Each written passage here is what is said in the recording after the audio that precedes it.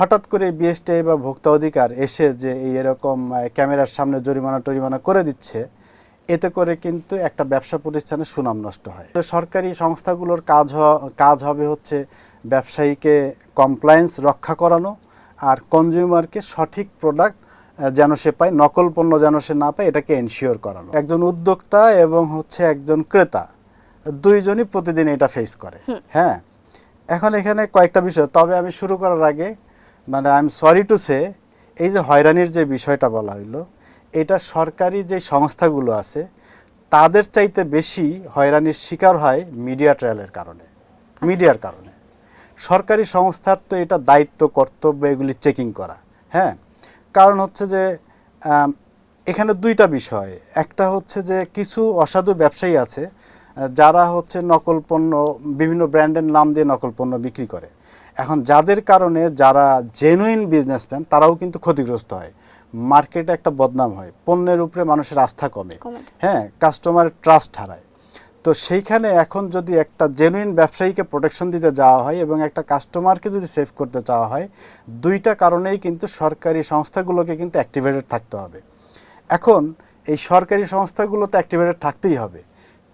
এখানে মুশকিল হয় হচ্ছে সেটা করতে গিয়ে যেই প্রতিষ্ঠানটা জেনুইন, অনেক সময় কর্মকর্তাদের অতি উৎসাহের কারণে ওই প্রতিষ্ঠানগুলো হয়রানির শিকার হয়।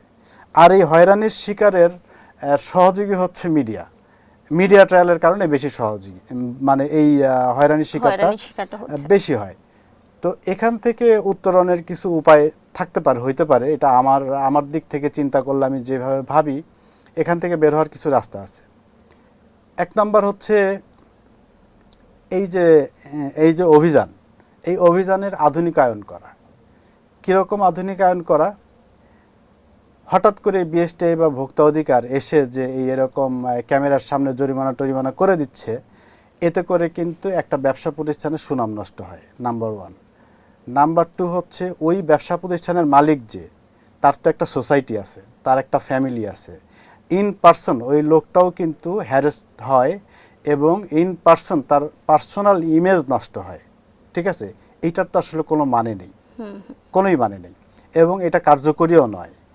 তাহলে এখানে কি হইতে পারে? আমার মতে যে আসলে নিয়মিত মনিটরিংয়ের একটা ব্যবস্থা থাকা দরকার, একটা রিপোর্টিং সিস্টেম থাকা দরকার, যে প্রতি মাসে বা প্রতি 6 মাস পর আমাকে এরকম রিপোর্ট করবা, বা আমাদের ইন্সপেক্টর আপনাদের ওখানে যাবে, গিয়ে এগুলো জিনিস চেক করবে, চেক করবে।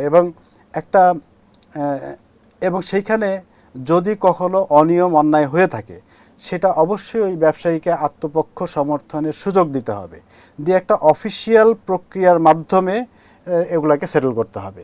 সেইটা না করে হঠাৎ করে হুড়হ্যাঙ্গাম করে অনেকগুলো মিডিয়া নিয়ে গিয়ে একদম অস্থির করে ওই ব্যবসায়ীটাও তো নার্ভাস হয়ে যায়। নার্ভাস হয়ে সেও যখন যেটা চাচ্ছে সেটা হয়তো ওই মুহূর্তে দিতে পারছে না। যেমন আমাদের ক্ষেত্রে একবার এরকম হয়েছিল, আমাদের সেলাইতে একবার ভোক্তা অধিকার এসেছিলেন। তো এসে হুটহাট করে একটা ড্রেস ধরছে, এটার পারচেজ ভাউচার দেন। পারচেজ ভাউচার তো একজন ব্যবসায়ী, একটা ম্যানেজার, একটা সেলসম্যান বা একজন প্রতিষ্ঠানের মালিক ওকে পকেটে রাখে? আমি এখন চাইলাম আমাকে পারচেজ ভাউচার দেন, আমি কি এখন এটা বের করে দিতে পারবো না।